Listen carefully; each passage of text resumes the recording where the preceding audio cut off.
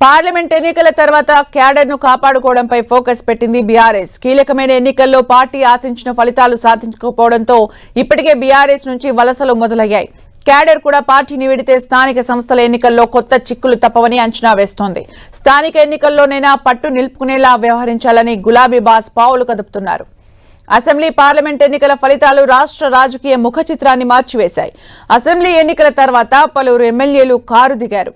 Parliament ఎన్నికలకు ముందు MP టికెట్లు ఖరారు అయిన పలువురు నేతలు గులాబీ పార్టీకి గుడ్ బై చెప్పి జాతీయ పార్టీలో చేరారు. ఈ ప్రభావం పార్లమెంట్ ఎన్నికల్లో స్పష్టంగా కనిపించింది.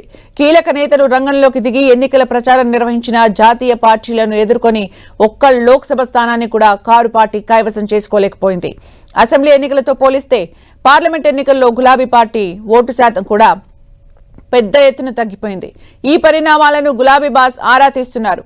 వ్యవసాయ క్షేత్రంలో నేతలతో పార్లమెంట్ ఎన్నికల ఫలితాలపై సమాచారం అడిగి తెలుసుకుంటున్నారు. ఒక ఎంపీ స్థానం కూడా గులాబీ పార్టీ ఖాతాలో పడకపోవడంతో పార్టీ క్యాడర్ నైరాశ్యంలోకి వెళ్లే అవకాశం ఉందని గులాబీ నేతలు చేస్తున్న వ్యాఖ్యలను అధినేత సీరియస్ గా తీసుకుంటున్నట్లు తెలుస్తోంది.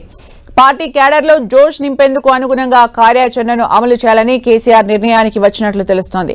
గత 4-5 రోజులుగా పార్టీ వర్కింగ్ ప్రెసిడెంట్ కేటీఆర్, మరో కీలక నేత హరీష్ రావులతో వరుసగా భేటీలు నిర్వహిస్తూ కార్యకర్తలకు చేరువయ్యే అంశాలపై ఫోకస్ పెట్టినట్టు సమాచారం. ఏప్రిల్ 21న పార్టీ ఆవిర్భావ దినోత్సవాన్ని ఎన్నికల కోడ్ కారణంగా నిర్వహించలేకపోవడంతో 2 రోజుల పాటు పార్టీ కార్యకర్తలతో సమావేశాన్ని ఏర్పాటు చేయాలన్న నిర్ణయానికి పార్టీ అధినేత కేసీఆర్ వచ్చినట్లు తెలుస్తోంది.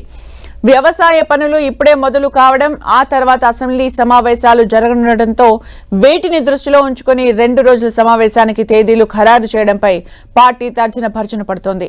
2 రోజుల సమావేశాలకు అన్ని గ్రామాలు, పట్టణాల నుంచి వార్డు స్థాయి నేతలను కూడా సమావేశాలకు ఆహ్వానించాలని నిర్ణయించారు.